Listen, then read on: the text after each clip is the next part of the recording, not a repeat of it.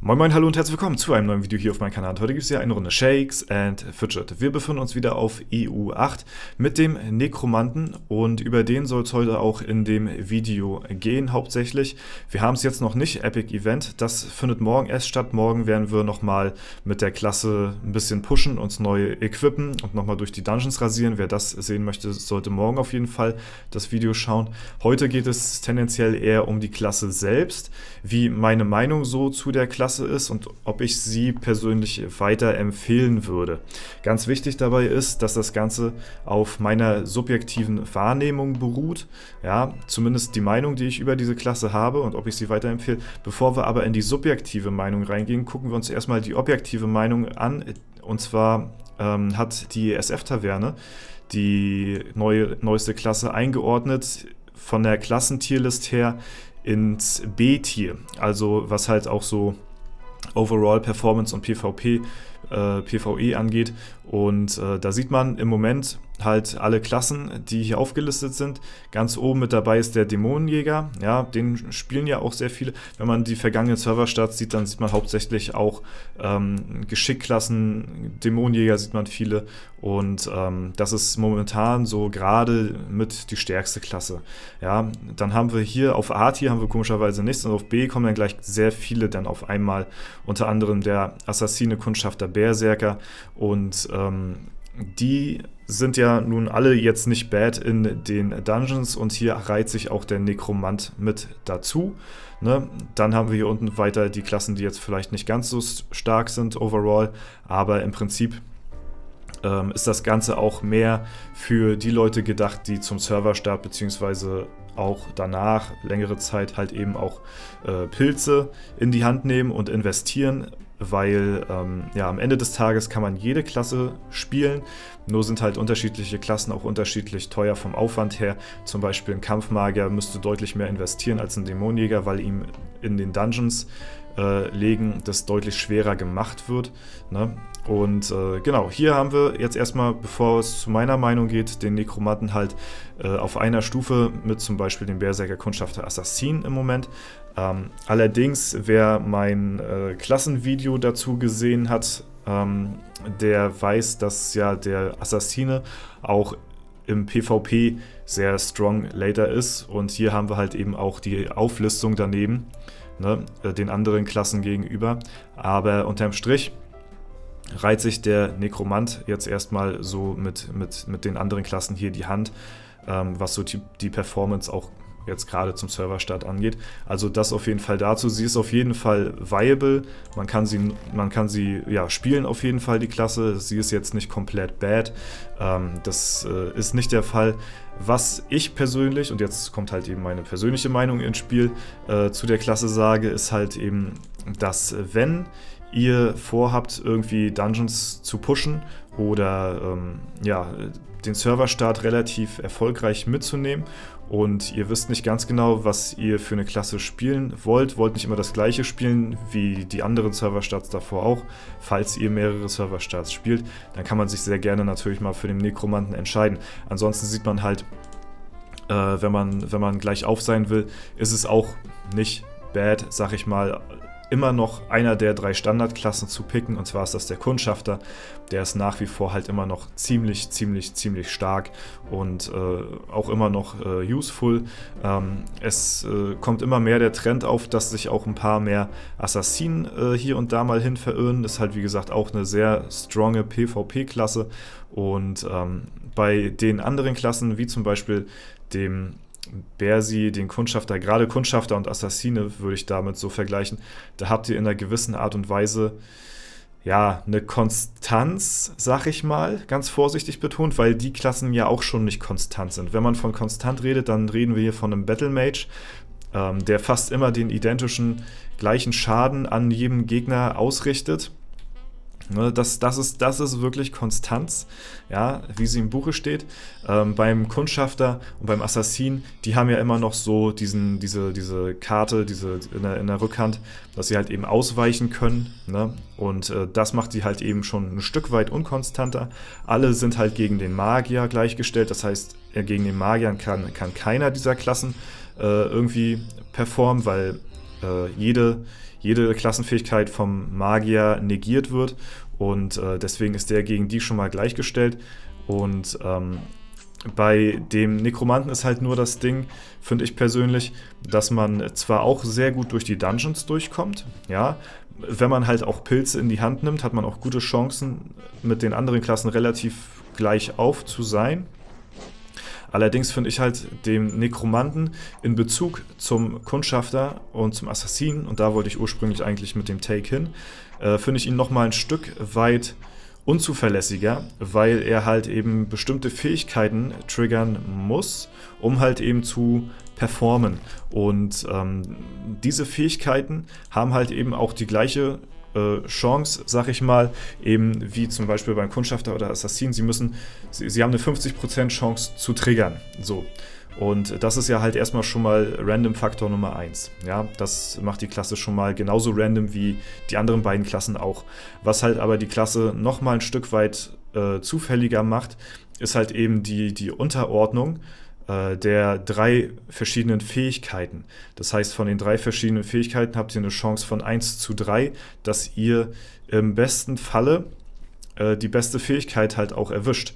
Es kann manchmal sein, dass in bestimmten Situationen eine Fähigkeit besser ist als eine andere. Zum Beispiel, wenn ihr relativ wenig Leben habt und ihr setzt den Golem ein und der schafft es, eventuell einen Block auf die Beine zu bringen, dann ist der in dem Falle besser. In den meisten Fällen wollt ihr aber, wenn ihr die Dungeons klatschen wollt, den Jagdhund haben, weil der halt mit weitem Abstand am meisten Damage verursacht, und das ist halt erstmal das Ding, 50% Chance, überhaupt eine Fähigkeit zu triggern. Dann, wenn ihr diesen Glücksfaktor erreicht habt, dann habt ihr die nächste Stage, und zwar eine 1:3 Chance, die richtige Fähigkeit zu triggern. Ja, das ist Random-Faktor Nummer 2 in der Fähigkeit.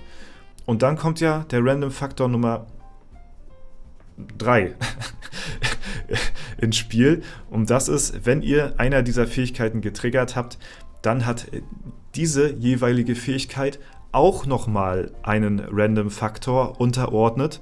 Zum Beispiel beim Golem ist es 25%, dass er das Schild hebt. Ja? Oder beim Jagdhund den Crit-Bonustreffer triggert. So, ne? Oder halt beim Skelett, wobei ich sagen muss, von den 3 Fähigkeiten finde ich das Skelett mit am sinnbefreitesten, sag ich mal, weil es halt irgendwo eine schlechtere Variante des Jagdhundes ist. Und ja, der hat zwar einen Schadensfaktor von 25% und hält halt 3 Runden, und da habt ihr halt eben auch nochmal einen Random-Faktor drin, und zwar, dass sich halt eben das Skelett, wie es hier halt auch steht, wiederbeleben kann, bis zu maximal 2 Mal. Und ja, wenn ihr aber diese Fähigkeit habt, wollt ihr die vielleicht auch gar nicht haben, weil wenn ihr diese getriggert habt, dann bleibt ihr erstmal minimal 3 Runden, bevor ihr halt wieder die Chance habt, eine etwas bessere Fähigkeit zu triggern, weil das Skelett wollt ihr eigentlich meistens nicht haben. Und das blockiert dann in einer gewissen Art und Weise die guten Fähigkeiten, wie zum Beispiel den Jagdhund. Ja? Und deswegen muss ich sagen, finde ich die Klasse so an sich echt cool. Also wenn wir jetzt mal dieses ganze Dungeon-Gepushe und diese ganzen Fähigkeiten weglassen, muss ich sagen, macht mir die Klasse unterm Strich wirklich sehr viel Spaß. Das Dungeon-Geböllere macht auf jeden Fall sehr viel Laune, muss ich sagen. Und die Kämpfe, vor allen Dingen sich die Kämpfe anzuschauen, macht mir persönlich sehr viel Spaß, weil die halt eben komplett anders sind als jede anderen Kämpfe, die man bisher so gewöhnt ist, sag ich mal, von den anderen Klassen. Weil das ist halt wirklich, das kann alles oder nichts werden, so gefühlt. Ne? Beim Kampfmagier habt ihr wirklich so das Gefühl, zum Beispiel, oder es muss nicht mal der Kampfmagier sein, es kann auch der Krieger oder der Magier sein. Die sind auch, sag ich mal, noch relativ konstant. Ne? Aber beim Nekromanten, da hat man wirklich das Gefühl, ey, das kann hier komplett in die Hose gehen. Das kann ein komplett schlechter Mage sein, weil mir ist das auch schon mal passiert, dass ich in einem kompletten Kampf gar keine Fähigkeiten getriggert habe. Und dann, ja, ist es einfach nur ein Nekromant mit einer Magierwaffe so. Ne? Das kann natürlich auch passieren, wenn es schlecht läuft, und das ist halt Worst Case. Und dann habt ihr aber halt eben mal so Runden, wo ihr jede Runde den Jagdhund triggert und jedes Mal so ordentlich da einen reinkrittet in den Gegner, dass es halt eben übelst Laune macht und spannend ist, halt die Kämpfe zu verfolgen. Also ich habe mir schon lange nicht mehr in der Vergangenheit so gerne bei den Dungeon Fights die Kämpfe angeguckt. Ich meine, klar, wenn ich jetzt so übelst den Push mache und wie morgen jetzt wahrscheinlich auch sehr viele Level am Stück leveln werde, so, dann werde ich mir nicht von jedem Kampf so den Fight anschauen. Ne? Also, guckt euch zum Beispiel das hier an. Da steckt Potenzial dahinter. Ne? Das kann richtig Spaß machen, das kann richtig Laune machen, wenn halt die richtigen Fähigkeiten getriggert werden. So. Und dadurch, dass das ist wie Lotto spielen. Ne? Man guckt halt gerne zu, so, ne? Man kann halt eben übelst krank hier einen wegbrettern oder man hat halt eben verschissen, so, ne? Und dieser Überraschungsfaktor macht diese Kämpfe halt so spannend, wie zum Beispiel beim Kampfmagier sind die Kämpfe nicht spannend, sind wir ehrlich, so, ne? Das ist halt eben so das Ding. Und deswegen muss ich sagen, das bockt auf jeden Fall. Und wenn man das Ganze jetzt mal so unterm Strich betrachtet und einfach mal alles beiseite lässt, die ganzen Statistiken, Berechnungen, wie gut ist die Klasse im Vergleich zu anderen, wie gut ist die im PvP, wie gut ist die im PvE, wenn wir das alles weglassen und immer die Frage gestellt wird, ey, welche Klasse könntest du mir am meisten empfehlen? So, ne? Die Frage kommt ja wirklich sehr häufig. Welche Klasse empfiehlst du mir zum Serverstart? Dann, und da kommen wir halt wieder wirklich auf die wichtigste Antwort zurück, dann empfehle ich dir die Klasse, die dir am meisten Spaß macht.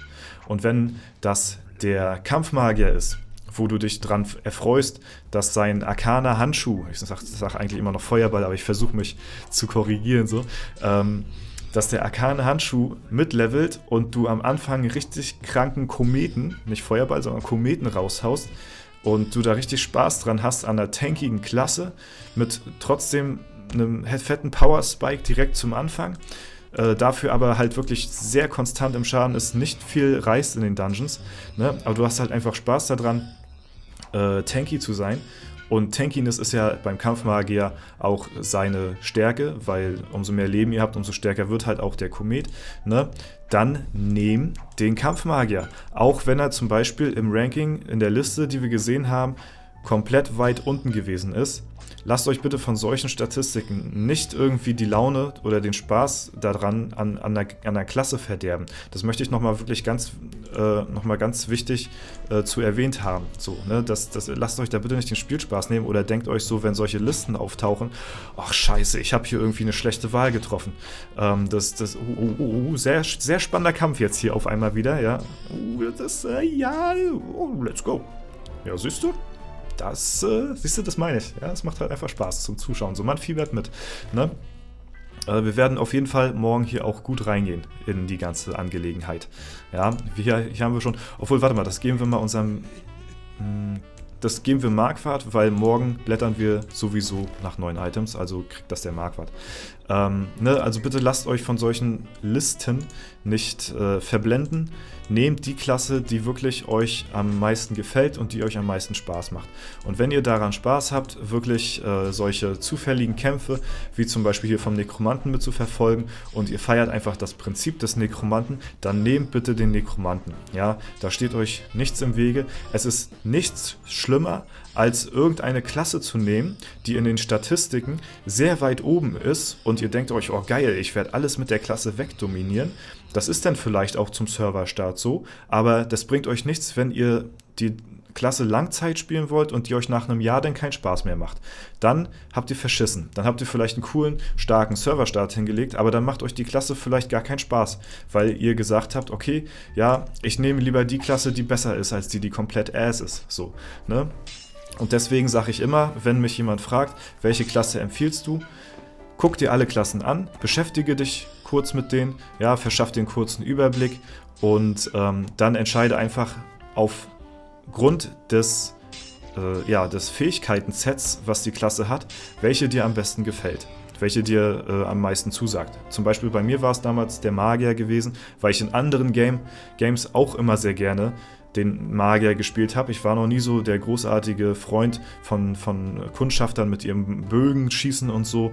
Lieber von irgendwelchen Fähigkeiten heraufbeschwören und so. Das mag ich viel lieber als ein Kundschafter.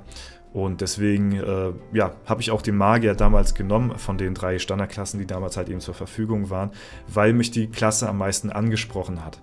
Jetzt gibt es 10 Klassen, ja, da ist die Auswahl natürlich sehr groß und da fällt die Wahl natürlich auch sehr schwer, aber da bitte auch nochmal guckt euch die Klassen irgendwo auf YouTube oder was weiß ich wo an, ne? Entscheidet darauf hin, welche Klasse euch am meisten gefällt und alle Klassen werden irgendwo immer mal vorgestellt und gezeigt, was die für Fähigkeiten haben und entscheidet bitte aufgrund dessen dann. Ne? Das ist nochmal so meine Empfehlung unterm Strich halt eben nochmal zusammengefasst meine Meinung zu der Klassenwahl und halt eben auch nochmal kurz angesprochen zum Nekromanten. Sie ist halt sehr random, damit muss man halt eben umgehen können. Wenn man das nicht möchte, dann ist die Klasse vielleicht eher weniger was für einen. Dann sollte man auf eine andere Klasse umsteigen. Ne? Aber so ist das halt eben. Die Auswahl ist groß, trotzdem ist die Klasse cool, sie hat coole Fähigkeiten, ich feiere die Klasse, ne? Aber sie ist halt eben sehr hart random. So, was halt aber auch die Dungeon-Kämpfe vielleicht ein bisschen spannender gestaltet, ne? So, das soll soweit gewesen sein zu meiner Meinung zum Nekromanten und generell der Klassenauswahl in Shakes and Fidget. Schreibt mir sehr gerne eure Meinung dazu mal in die Kommentare, das würde mich auch sehr gerne interessieren. Ansonsten wünsche ich euch jetzt viel Spaß mit der nächsten Auslosung und wünsche euch viel Glück dabei und bis morgen. So Freunde, es ist wieder soweit. Ich hoffe mal, der Kontrast zwischen vor der Nachtschichtaufnahme und nach der Nachtschichtaufnahme hat bei euch jetzt nicht einen zu krassen Jumpscare hervorgerufen. Ja, wir losen den Gewinner vom Video gestern aus und 184 Leute haben teilgenommen. Verdammt, bestimmt zu spät, mein Kommi. Nee, nicht ganz. Gerade noch so reingeschlichen vor 11 Minuten. Wir gucken mal, wir kopieren uns wieder die URL. Zack. Und continuen mal. Ne? Auch mal bitte an der Stelle einfach mal appreciaten, dass ich mich hier auch immer noch mal nach der Nachtschicht extra für euch hinsetze und den Gewinner auslose, weil sonst nehme ich normalerweise immer das Video vor der Arbeit auf, mach's dann fertig, lad's hoch, dass ich nach der Nachtschicht nichts mehr zu tun habe. So muss ich jetzt immer noch mal, damit ich euch mehr Zeit gebe, das Ganze hier im Nachhinein machen. Aber ich mache es natürlich auch sehr gerne. So, wir losen aus. Pick a winner, Chicken Dinner, let's go. Und gewonnen hat der Gunther Gaubatz 4054. Herzlichen Glückwunsch. Vielen Dank für deinen Adventskalender und Respekt für die Arbeit, die du dir machst. Ey, vielen lieben Dank. Es wird gewertschätzt. Dankeschön. Ja, Dankeschön. Danke für die Wertschätzung auf jeden Fall. Gunther, bitte auch du, schreib mir auf Instagram oder Discord, was dir lieber ist. Beides findest du unten in der Videobeschreibung verlinkt. Und dann gehen wir nochmal einen kleinen Test durch, ob du das wirklich bist. Und ja, dann wünsche ich euch viel Erfolg, viel Glück beim morgigen Giveaway. Tschüss.